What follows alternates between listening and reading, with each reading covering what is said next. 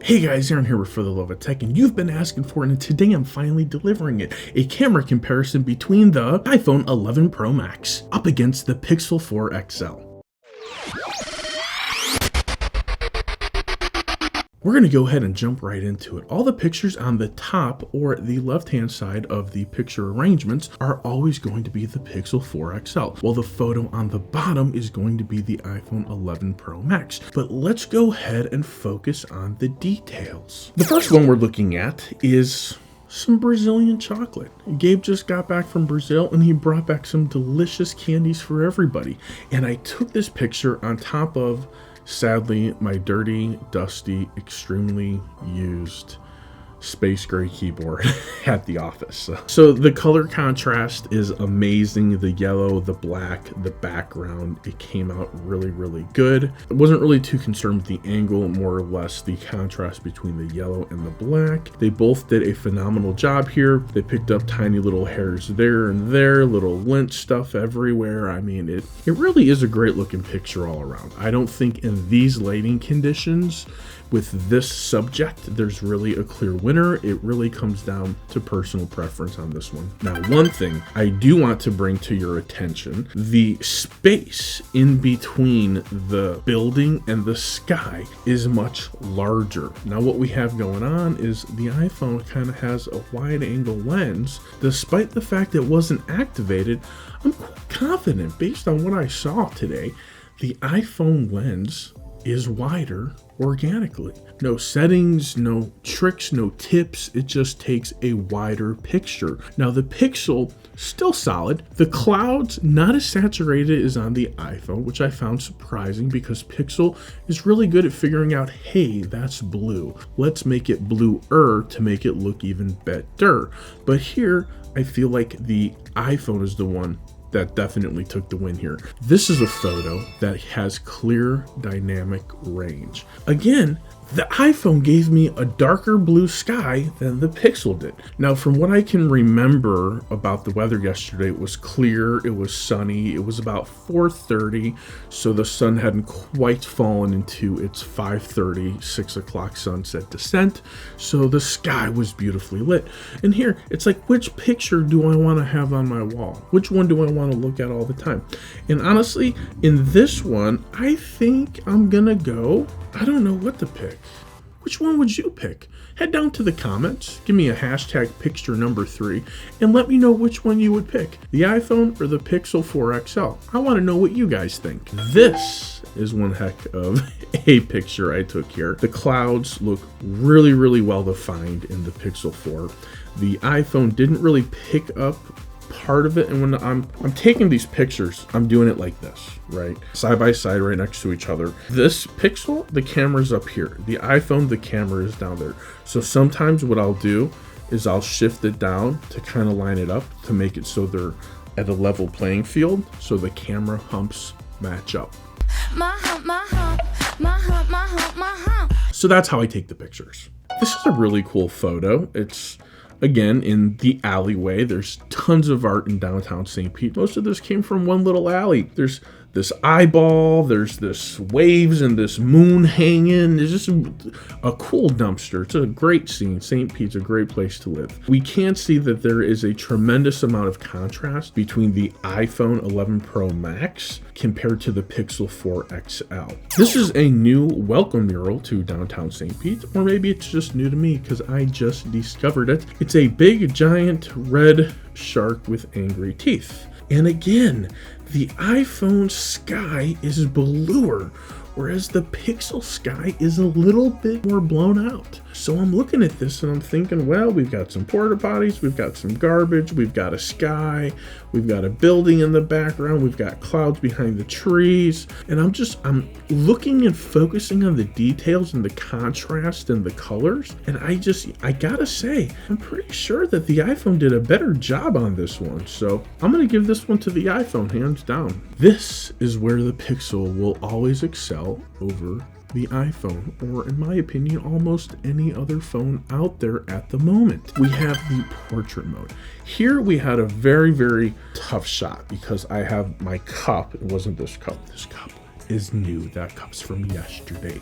Don't be silly. I'm not a savage. The whole concept behind it is we want to see if the camera or the software, the algorithm, artificial intelligence, machine learning can actually pick up the cup and the straw and consider it one subject. And this is what the Pixel does. Pixel, hands down, perfect. Not only does it pick up the straw, it picks up the droplets in the straw. So it's like even cooler, even better. But when we go ahead and look down at the 11 Pro Max, it's just like, pow! Cuts it right off at the top. It's like, straw, you're not part of this picture. We're gonna blur you out. So I thought to myself, okay, Aaron, let's be fair. Sometimes different software is triggered at different times and different angles. And with the iPhone, we know that you have to be like a certain distance from it in order to activate the portrait. The iPhone's like, hey, now I'm highlighting yellow. I will take your picture for you. But the Pixel still picked up the straw, different angle, different background. The iPhone destroyed the straw again, and I have a feeling it's going to keep destroying the straw. Pixel, clear winner when it comes to subject object portrait mode. From what I can tell you, neither one of these photos is an accurate representation of what I was seeing at that moment. The Pixel focused more on the subject being Gulfport Beach, the sign. It's a little bit darker, it's a bluer, it's a little bit more saturation going on. That is what it is bringing to life. Whereas the iPhone, I feel, created an overall good image.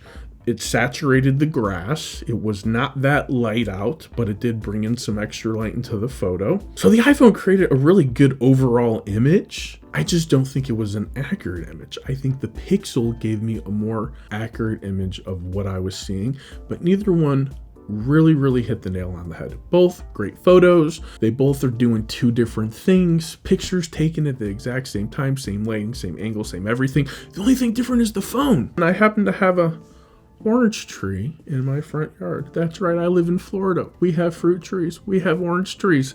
And sometimes there's fruit growing. And this is one of those times where fruit's growing. And both of these look really good. I don't think that there was one better than the other. The angles, I can admit, are slightly different. I think I bumped really quick, but I feel the picture still came out well enough to use. I don't think there's a clear winner here. Which do you prefer? They look like the same photo to me. Got a couple more oranges on my orange tree. These are a little bit more ripe than the one before. I think these are going to be picking early for some good eats. Again, no clear-cut winner. We're literally in the foliage at this point. Pixel on top, iPhone on the bottom. They both look great. I don't think that there's really much of a contrast to put out there. I took a handful of different photos. It was here in the studio right before I started recording. And the purpose of this was to activate night mode on the iPhone and night sight on the Pixel 4 XL. The Pixel 4, even though night sight was activated, it was able to understand that BB-8 was the subject of the photo. Whereas the iPhone looked at everything and said, hey, we're just going to make a good, clear picture that can see in the dark. That's what this is. This is what night sight is what we're going to do. Whereas the Pixel, I think, was able to recognize BB-8 as the actual subject, kind of like a macro shot, and the iPad and the mouse over on the right are kind of blurred out. So the last photo that we have to take together is the selfie portrait mode. So now that there's a face involved, there's some different things going on here. Over here on the Pixel 4 XL, there's a lot of face smoothing going on, whereas on the iPhone there is not. And I believe that's a beauty mode effect that I can adjust in post-production if I want to. But overall, just zooming in on my face, the Pixel really smooths out everything. I mean, thank you, Pixel. But is it an accurate representation of what I look like?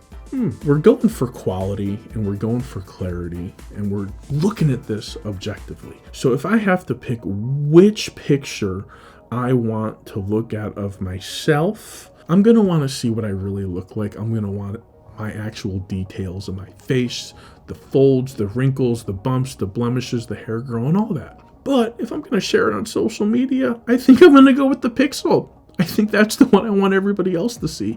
So the one I want to see is what I actually look like, but the one I want you to see is, well, what I don't look like. So that about concludes it for our camera test comparison between the iPhone 11 Pro Max and the Pixel 4 XL. Thank you guys so much for stopping in today. Thanks for watching. If you enjoyed this video, please go ahead and give me a subscribe. If you really like the video, hit that thumbs up button. If you hate the video and you can't stand me, you can't stand my cute little smooth natural face, then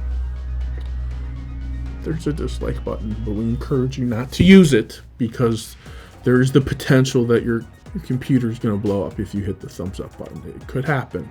Not saying it will, but there are rumors on the internet that people that hit the thumbs down button, their computers blow up.